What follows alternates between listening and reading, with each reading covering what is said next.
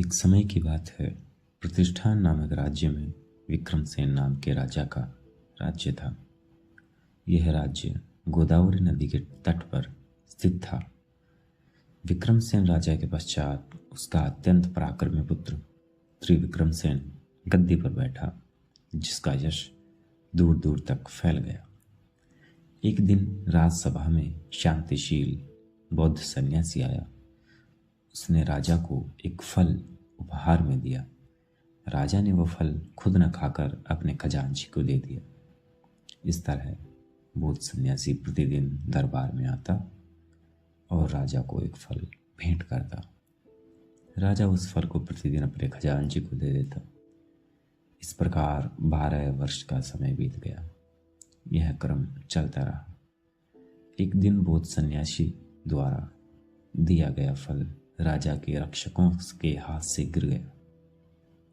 राजा ने वह फल मदारी के बंदर को दे दिया। वह बंदर जब उस फल को खाने लगा, तब कटे हुए उस फल से अमूल्य उत्तम रत्न निकला। ये देखकर राजा आश्चर्यचकित हुआ। राजा ने रत्न लेकर खजांची से पूछा, सन्यासी के द्वारा उपहार में दिए हुए जिन फलों को मैं तुम्हें देता रहा, वो तुमने कहाँ रखे? ये सुनकर खजांची ने उनसे निवेदन किया, महाराज, मैं उन फलों को बिना भंग किए ही एक खिड़की से एक गोदाम में गिरा दिया करता था।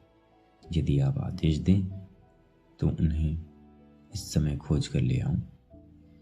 ये कहते हुए वह राजा का आदेश प्राप्त करके चला गया तथा कुछ ही देर में लौट कर आया और निवेदन किया, महाराज, वे फल खजाने में सड़ गए हैं। उनमें किरणों से भरे हुए रत्न समूह दिखाई दे रहे हैं।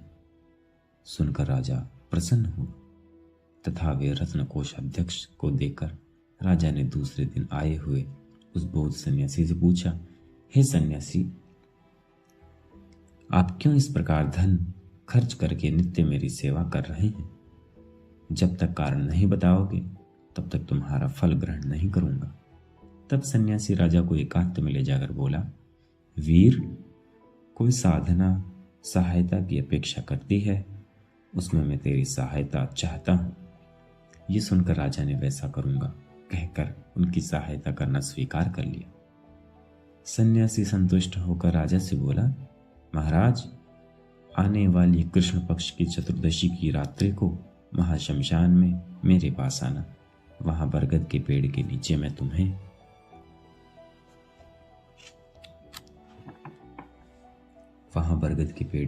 तुम्हें मिल जाऊंगा। तब उस राजा ने कहा, ठीक है, मैं ऐसा ही करूंगा। ये सुनकर वह शांतिशील सन्यासी प्रसन्न होकर अपने निजी निवास स्थान पर चला गया। समय बीतता रहा। कृष्ण पक्ष की चतुर्दशी भी आ गई। वह महासाहसी राजा सन्यासी को किए गए वादे के अनुसार तैयार हो गया। वह सायंकाल में नीले वस्त्र से सिर ढककर, तलवार हाथ में लेकर दूसरों से अलक्षित होकर उस महाशमशान में गया। जाकर यहां वहां खोजते हुए बरगद के पेड़ के नीचे स्थित मंत्र का न्यास करते हुए उस सन्यासी को देखकर और समीप जाकर राजा ने कहा, सन्यासी, लो मैं आ गया हूं। तुम्हारा कौन सा कार्य करना है, शीघ्रता से कहो। ये सुनकर उस सन्यासी ने राजा को देखकर प्रसन्न होते हुए कहा, महाराज, यदि तुम्हें दया करनी है तो यहाँ से अकेले दक्षिण मुख जाकर काफी दूर पर स्थित शीशम के पेड़ पर लटका एक मृतक है, उसको यहाँ लाकर मेरी सहायता करो। यह सुनकर दृढ़ प्रतिज्ञा राजा ठीक है कहता हुआ दक्षिण दिशा की ओर चल पड़ा। चलते चलते काफी दूर उसे शीशम का वृक्ष दिखाई दिया जिस पर मुर्दा लटक रहा था। राजा ये देखकर पेड़ पर चढ़ गया तथा रस्सी काटकर उस शव को भूमि पर गिरा दिया। गिराया हुआ वह शव एकाएक जीवित की तरह जोर जोर से रोने लगा। तब उस राजा ने उत्तर करके उसके जीवित होने की आशा से जब उसके अंगों का स्पर्श किया, तब वह शव बहुत जोर जोर से रोने लगा और हंसने लगा। तब वह राजा उस शव को प्रेत चढ़े हुए जानकर बोला, क्यों हंसते हो, चलो चले। यह सुनकर वेताल रूपी प्रेत फिर पेड़ पर जा लटका। राजा बहुत हैरान हुआ। राजा समझ गया कि बोलते ही ये वेताल कंधे से उतरकर पेड़ पर लटक जाएगा। अतः उसने मौन रहने का प्रण किया तथा पुनः वृक्ष पर चढ़कर उस राजा ने बहुत यत्न करके उस शव को उतारा। वीरों का मन वज्र से भी अखंडित तथा अडिग होता है। तब उस वेताल एक प्रकार के प्रेत चढ़े हुए शव को कंधे पर रखकर राजा मौन होकर चल पड़ा। रास्ते में शव पर आरूढ़ वेताल ने राजा से कहा, महाराज, रास्ते के मनोरंजन के लिए कहानी कहता हूं, सुनो। राजा मौन रहा। इस प्रकार पहली कथा विक्रम और वेताल की शुरू होती है। कथा का नाम है वज्र मुकुट एवं पद्मावती की कथा। कथा कुछ इस प्रकार शुरू होती है। वाराणसी नामक नगरी में एक बहुत पराक्रमी राजा राज्य करता था, जिसका नाम प्रताप मुकुट था। उसका वज्र मुकुट नाम का पुत्र सौंदर्य तथा वीरता के विषय में कामदेव तथा अन्य मनुष्यों का घमंड चूर्ण करने वाला था। राजा प्रताप मुकुट के मंत्री का पुत्र बहुत बुद्धिमान था, जो वज्र मुकुट का परम मित्र था। दोनों साथ साथ खेला करते थे। एक दिन राजकुमार उस मित्र के साथ शिकार खेलते हुए अत्यंत दूर चला गया। वज्र मुकुट वीरता रूपी लक्ष्मी के चमारों के सदृश सिंगों के मस्तकों के बालों को काटते हुए क्रमशः एक बहुत बड़े जंगल में पहुंचा। वहां थका हुआ वह एक सरोवर के किनारे आ गया तथा अपने मंत्री कुमार मित्र के साथ सरोवर का पानी पीकर हाथ पैर धोकर एक पेड़ के नीचे बैठ गया। इस बीच वहां स्नान के लिए सुंदर रूप वाली अच्छे वस्त्रों वाली एक कन्या आई। वह ऐसी रूपवान लग रही थी मानो अपने सौंदर्य के प्रवाह से सरोवर को भर रही हो, मानो दृष्टिपातों से वहां कमल के समूह का सृजन कर रही हो। देखते ही उसने उस राजकुमार का मन उसी क्षण हर लिया। राजकुमार तत्काल उस पर आसक्त हो गया तथा कन्या भी उसके वशीभूत हो गई। उस कन्या ने लज्जा के कारण कुछ भी नहीं कहा तथा अपने हृदय का अभिप्राय इशारे से समझाती हुई एक कमल कान पर रखकर अपने दांतों को सजाकर एक कमल सिर पर रखकर छाती पर हाथ रख लिया। राजकुमार ने उसके इशारों को नहीं समझा। मंत्री का पुत्र बुद्धिमान था, उसने सब कुछ समझ लिया। कुछ ही समय में वह कन्या सहेलियों के साथ चली गई और घर जाकर पलंग पर लेट गई। उसका मन तो उस राजकुमार में ही लगा हुआ था। वह राजकुमार भी अपने नगर में जाकर उसके बिना अत्यंत व्यथित होकर दिन दिन दुबला होने लगा। वज्र मुकुट का यह हाल देखकर मित्र मंत्री पुत्र ने एकांत में उस लड़की को प्राप्त करने की युक्ति बताते हुए उसको ढांढस बंधाया। वज्र मुकुट ने अधीर होकर कहा, मित्र, जिसका नाम ग्राम खानदान कुछ भी नहीं मालूम, वह कैसे मिल सकती है? तुम व्यर्थ मुझे आश्वासन दे रहे हो। इस प्रकार राजकुमार के द्वारा निराशापूर्ण वचन कहे जाने पर मंत्री पुत्र ने उस राजकुमार से कहा, स्वामी, क्या आपने नहीं देखा जो उसने इशारों से सूचित किया था? सबसे पहले उसने कान के ऊपर उत्पल रखा यानी कमल रखा। इससे यह सूचित किया कि कर्णोत्पल राजा के राज्य में निवास करती हूँ। फिर उसने अपने दांतों को सजाया। इससे यह सूचित किया वहां मैं दांत बनाने वाले की लड़की हूँ। सिर पर पद्म रखकर संकेत किया कि मेरा नाम पद्मावती है। हृदय पर हाथ रखकर उसने ये संकेत किया, तुम मेरे प्राण बन गए हो। मंत्री कुमार ने आगे कहा, मैंने सब जानकारी कर ली है। कलिंग देश में कर्णोत्पल नाम का राजा राज्य करता है। उसके राज्य में सबके मन को प्रसन्न करने वाला बहुत बड़ा धनी संग्रामवर्धन नाम का दांत बनाने वाला निवास करता है। उसी की पुत्री ये पद्मावती कन्याओं में रत्न उसके प्राणों से भी प्रिय है। मैंने उसके देश आदि की सूचना देने वाला इशारा समझ लिया। इसी आधार पर समस्त जानकारी करके पता लगा लिया है। उस मंत्री पुत्र के द्वारा कहे जाने पर वह राजकुमार उस बुद्धिमान मंत्री पुत्र के ऊपर बहुत प्रसन्न हुआ तथा उसको प्राप्त करने का साधन मिल जाने से आनंदित हो गया। कुछ समय पश्चात वह राजकुमार अपने मित्र मंत्री पुत्र के साथ मंत्रणा करके प्रियतमा की प्राप्ति के लिए फिर शिकार खेलने के बहाने महल से निकल पड़ा तथा उसी सरोवर पर पहुंच गया। आधे ही रास्ते में सैनिकों को तथा साथ में रहने वाले नौकरों को पीछे छोड़कर राजकुमार उसी मंत्री पुत्र के साथ कलिंग देश की ओर घोड़े को दौड़ाकर चला। कर्णोत्पल राजा के नगर में पहुंच गया। वो दांत बनाने वाले का घर खोजकर उसके समीप ही एक वृद्धा स्त्री का घर देखकर वे दोनों राजकुमार तथा मंत्री कुमार ठहर गए। उन्होंने दोनों घोड़ों को घास और पानी खिला पिलाकर बांध दिया। तब मंत्री पुत्र ने उस वृद्धा से पूछा, हे वृद्धा, क्या तुम इस नगर में किसी दांत बनाने वाले को जानती हो? ये सुनकर उस वृद्धा ने आदर के साथ उनसे कहा, बच्चे, अच्छी तरह जानती हूँ, उसी की मैं दाई हूँ। उसी ने मुझे अपनी पुत्री पद्मावती की सेवा के लिए रख रखा है। किंतु वस्त्र चोरी चले जाने से आजकल मैं वहां नहीं जाती हूँ। मेरा पुत्र कुपुत्र तथा धूर्त है। जब भी अच्छा वस्त्र देखता है तो चुरा लेता है। ये कहने वाली उस वृद्धा को अपना दुपट्टा आदि भेंट करके प्रसन्न करके मंत्री पुत्र ने कहा, माता जी, हम दोनों जो कहते हैं वह काम तुम गुप्त रूप से करने की कृपा करो। उस दंत घाटक की पुत्री पद्मावती के पास जाकर कहो, सरोवर के किनारे तुमने जिस राजकुमार को देखा था वह यहाँ आया है, वह तुमसे मिलना चाहता है। ये सुनकर दान पाने की इच्छा से उस वृद्धा ने उसी समय पद्मावती के पास जाकर तथा अवसर पाकर कहा, हे बच्ची, जिन्हें पाने के लिए तुम बेचैन हो वे दोनों राजकुमार तथा मंत्री कुमार तुम्हारी प्राप्ति के लिए यहाँ आए हैं। इस समय जो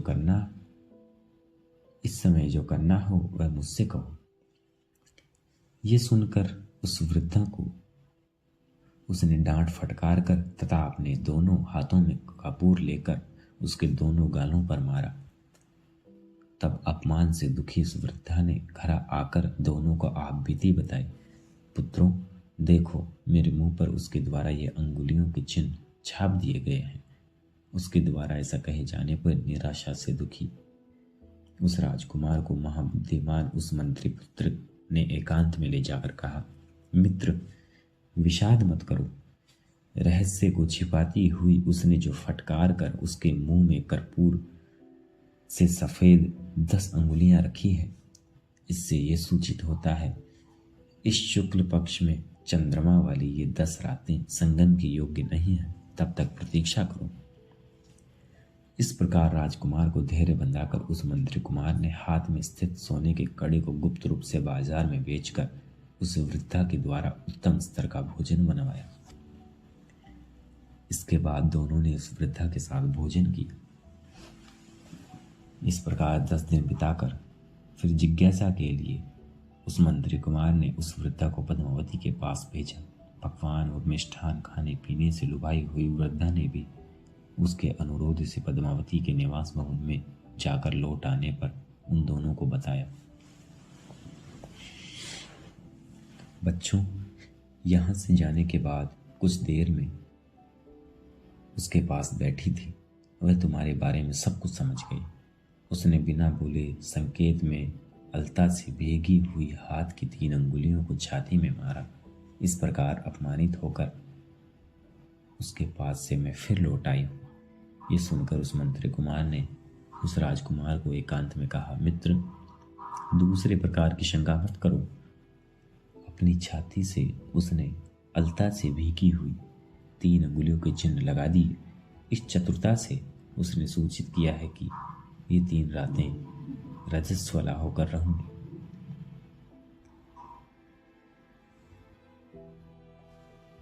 इस प्रकार राजकुमार को धैर्य बंधाकर उस मंत्री कुमार ने 3 दिन बीतने पर फिर उस वृद्धा को पद्मावती के पास भेजा। उस दिन वह गई तो पद्मावती ने आदरपूर्वक भोजन कराया, शरबत पिलाया।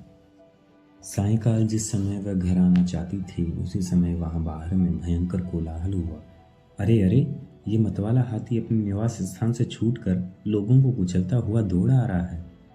इस प्रकार चिल्लाते हुए भागने वाले लोगों के शब्द सुनाई पड़े। तब उस समय पद्मावती ने उस वृद्धा को कहा, माताजी, इस समय हाथी के रोके हुए रास्ते में तुमको घर नहीं जाना चाहिए। मैं तुमको पीढ़े पर चढ़ाकर रस्सी के सहारे इस बड़ी खिड़की से बगीचे में नीचे उतार देते हैं। तब तुम पेड़ पर चढ़कर दीवार लांघकर दूसरे वृक्ष के द्वारा अपने घर को चली जाना। ऐसा कहकर दासियों के सहयोग से उस वृद्धा को रस्सी वाली पीढ़ी ऐसा कहकर उसने दासियों के सहयोग से उस वृद्धा को रस्सी वाले पीढ़े के सहारे खिड़की से बगीचे में उतार दिया। वहां से वह वृद्धा अपने घर को चली गई। उसने घर जाकर वह सारा वृत्तांत उन दोनों राजकुमार तथा मंत्री कुमार को कह सुनाया। तब उस मंत्री कुमार ने राजकुमार से कहा, मित्र, तुम्हारा मनोरथ सिद्ध हो गया। युक्ति से उसने रास्ता भी दिखला दिया है। सो आज ही सायंकाल तुम उसी रास्ते से अपनी प्रियतमा के उस भवन में चले जाओ। यह सुनकर राजकुमार अपने मित्र मंत्री कुमार के साथ वृद्धा के द्वारा बताए हुए उसी मार्ग से उस बगीचे में गया और वहां पीढ़े से संयुक्त लटकती हुई रस्सी को उसने देखा। उसे देखकर राजकुमार उस पर चढ़ गया। तब उन सखियों के द्वारा रस्सी के सहारे राजकुमार को खिड़की से खींच लिया गया। इस तरह राजकुमार अपने प्रिया के पास पहुंच गया। उसके प्रवेश कर जाने पर वह मंत्री कुमार वृद्धा के उसी निवास स्थान पर लौट गया। राजकुमार ने पूर्ण चंद्रमुखी कृष्ण पक्ष से छिपकर बैठी हुई पूर्णिमा के रात के समान उस पद्मावती को देखा। राजकुमारी ने भी उसको देखकर बाहों में भर लिया। इसके बाद दोनों ने गांधर्व विवाह कर लिया तथा गुप्त रूप से विहार करने लगे। एक दिन राजकुमार ने उस प्रियतमा से कहा, प्रिय, मेरा मित्र मंत्री कुमार मेरे ही साथ आया है। यहाँ उस वृद्धा के घर में अकेला ही रहता है। मैं वहां जाकर उससे मिलकर शीघ्र आ जाऊंगा। ये सुनकर उस चतुर पद्मावती ने उससे कहा, प्रियतम, आपसे मैं जानना चाहती हूँ कि मेरे किए हुए वे इशारे आपने समझे अथवा मंत्री कुमार ने। इस प्रकार पद्मावती से राजकुमार ने कहा, प्रिय, मैं वह सब नहीं समझ सका। मेरे अद्भुत ज्ञान वाले उसी मित्र ने सब कुछ समझकर मुझे बताया।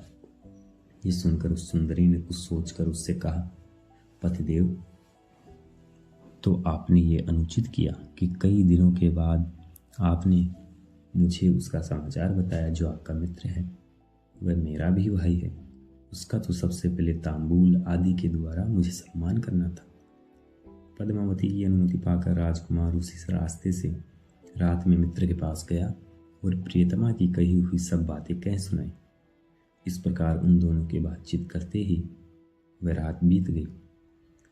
इसके बाद उन दोनों के प्रातः कृत्य कर लेने पर पकवान तथा तांबूल किए हुए पद्मावती की सखी वहां आई तथा मंत्री कुमार से कुशल पूछकर एवं सामग्री देकर खाने का निवेदन करने चली गई।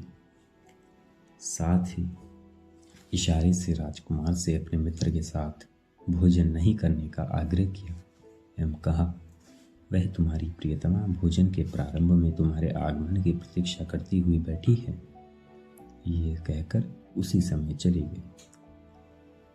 तब मंत्री कुमार ने उस राजकुमार से कहा, स्वामी, एक तमाशा देखिए, मैं आपको दिखलाता हूँ। ये कहकर उसने उनमें से एक पकवान का टुकड़ा लेकर वहां खड़े कुत्ते को दे दिया। वह कुत्ता खाते ही उसी क्षण मर गया। ये देखकर उस राजकुमार ने मंत्री कुमार से पूछा, इसमें आश्चर्यजनक बात क्या है? तब मंत्री कुमार बोला, पद्मावती मुझे मार्ग से हटाना चाहती है। उसे डर है कि मेरे रहते तुम उसमें अनुरक्त न हो सकोगे। उसे लगता है कि तुम उसे छोड़कर अपने नगर चले जाओगे। ये सोचकर उसने मुझे मारने की इच्छा से मेरे लिए विष मिला हुआ अन्न भेजा है। इस कृत्य के लिए तुम उसके ऊपर क्रोध मत करो। मैं इस विषय में कोई युक्ति सोच रहा हूँ। राजकुमार ने मंत्री कुमार की प्रशंसा की। तभी अचानक दुख से व्याकुल लोगों के द्वारा राजा के छोटे पुत्र के मरने का समाचार उन्हें सुनाई पड़ा। यह सुनने से प्रसन्न होकर उस मंत्री कुमार ने राजकुमार से कहा, स्वामी, आज रात को पद्मावती के घर जाइए और वहां जाकर उसको खूब शराब पिलाइए, जिससे शराब के नशे में बेहोश हो जाए। तब बेहोशी की दशा में ही उसकी कमर के नीचे गर्म त्रिशूल से दाग कर उसके सभी आभूषण लेकर खिड़की से उतरकर उसी प्रकार आ जाना। इसके पश्चात जिससे कल्याण होगा वैसा मैं करूँगा। ये कहकर एक त्रिशूल बनवा कर उस राजकुमार को दे दिया। उस राजकुमार ने भी पत्नी तथा मित्र की बुद्धि की तरह कुटिल तथा कठोर लोहे से बने मजबूत उस त्रिशूल को हाथ में लेकर पहले की तरह पद्मावती के घर पहुंच गया। वहां जाकर निष्कपट मंत्री का वचन राजा के लिए अविचारणीय है, यह समझकर मद्यपान से निश्चेष्ट उस पद्मावती को नाभि के नीचे तपे हुए त्रिशूल से दाग कर उसके भूषणों को लेकर मित्र के पास आ गया और सब समाचार कह दिया। इसके बाद उस मंत्री पुत्र ने अपना मनोरथ सिद्ध हुआ समझकर प्रातःकाल शमशान में जाकर तपस्वी का रूप धारण किया और राजकुमार को शिष्य बना दिया। फिर कहा, तुम इन अलंकारों में से एक मोती की माला को लेकर बेचने के लिए बाजार जाओ। यदि तुम नगर के रक्षक गण पकड़ ले तो तुम इस प्रकार कहना कि मेरे गुरु ने बेचने के लिए मुझे दिया है। इस प्रकार सिखाया हुआ राजकुमार बाजार जाकर उसी प्रकार मुक्तावली बेचने के लिए खड़ा हुआ और बेचते हुए नगर रक्षकों के द्वारा पकड़ लिया गया। दंत घाटक की लड़की के अलंकार चुराने का अन्वेषण करते हुए वे लोग उस राजकुमार को उसी समय नगराध्यक्ष के पास ले गए। उस नगराध्यक्ष ने उसको तपस्वी के आकार में देखकर सांत्वना से पूछा, महाशय, ये मोती की माला कहाँ मिली? दंत घाटक की पुत्री का यह गहना चुराया गया है। ये सुनकर राजकुमार ने उनसे कहा, भले मानुषो, मेरे गुरु ने यह बेचने के लिए मुझे दिया है। झूठ कह रहा हूँ तो आप लोग चलकर उन्हीं से पूछकर देख लो। इसके बाद मंत्री कुमार के पास पहुंचकर नगराध्यक्ष ने पूछा, महात्मा जी, ये मुक्तावली कहाँ से आपके शिष्य के हाथ में आई?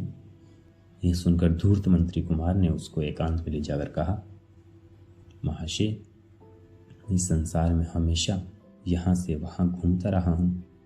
देव संयोग से मैं आजकल इसी शमशान में टिका हूँ। पिछली रात में यहाँ मैंने योगिनियों के संपूर्ण मंडल को विचरण करते हुए देखा। उनमें से एक योगिनी ने एक राजकुमार के हृदय के कमल को फाड़कर उसे भैरव जी को बलि के रूप में चढ़ा दिया। अत्यंत घमंड से भरी हुई, शराब पीने से मतवाली बनी हुई, बहुत बड़ी माया के द्वारा अनेक प्रकार की विकृतियों से पूर्ण मुख वाली वह जब मेरी जपमाला हरण करने का प्रयत्न करने लगी, तब क्रोधित होकर मैंने मंत्र से प्रज्वलित अग्रभाग वाले त्रिशूल से उसकी नाभि के नीचे दाग दिया और उसके गले से यह मुक्तावली छीन ली। लेकिन ये तपस्वियों के योग्य नहीं है, इसलिए इसे बेचने के लिए मैंने अपने शिष्य को बाजार में भेजा था।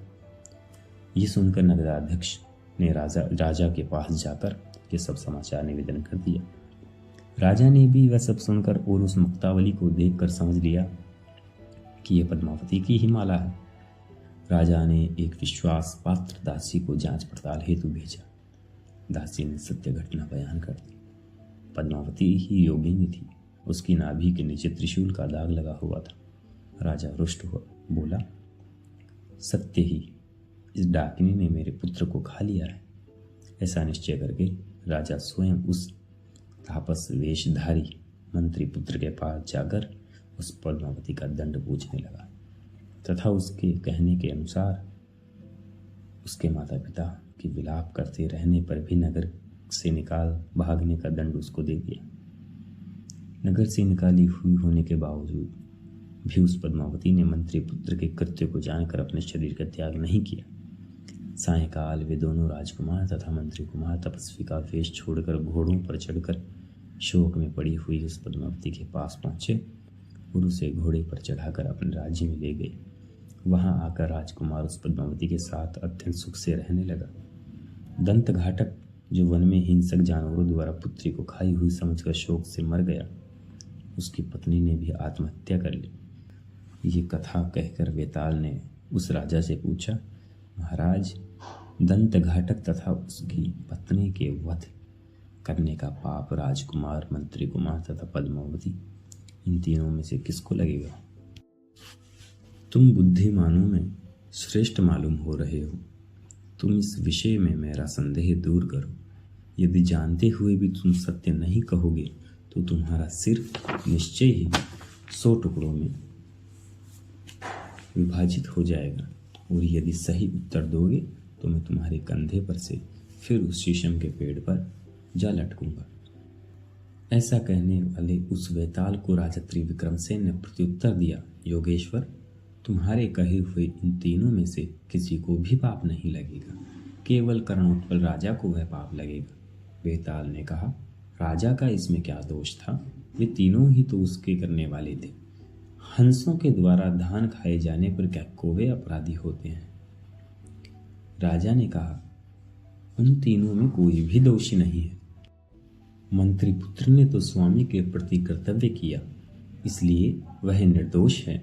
पद्मावती तथा राजकुमार दोनों प्रेम की आग में जले हुए थे, अतः विचार करने में असमर्थ थे, अपना अपना स्वार्थ सिद्ध करने में लगे रहे, इसलिए वे दोनों भी निर्दोष हैं।